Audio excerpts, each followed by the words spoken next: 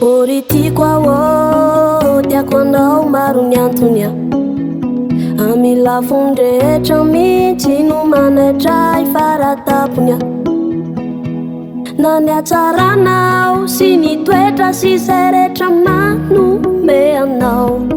Oritiko ao resinao mba marina tsy anganoana rirarira solazenao hoe za midelira revetsopoko no hoe zako avoka no metiko anao.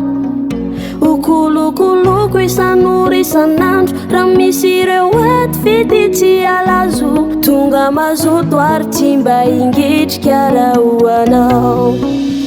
Tsy voateny isan'andro fa manasanao aeno ayamizao pe ireo teny tsy ho voalaza mafisiko fona zavonona naja averiko indray fa tsy mba ingitrika raha hoanao.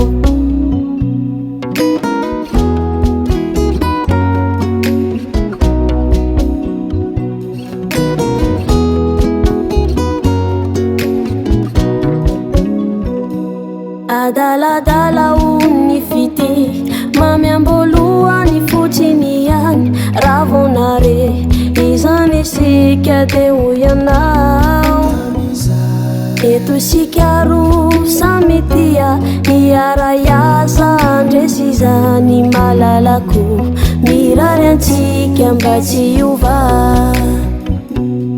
Tsy voatery tonga lafatra ny fitiombonantsika fa rehefa fitiavana marina ampizay na tsy hoentsika zay mety ao ny orina iara-difona ny fanirina engane ho tafadaolo zay rehetra kasainy rehefa mifanaja sy mifanohana miara-miary miara-mitolona zay mety atomeny fiainana antsika roa. Iezaka fonana de diso toerana ny ampopo tsy verezony tsy disy ny mpampiady aleo andreny tsy akatsika lagy ny anaranao efa mikorina to anatikio.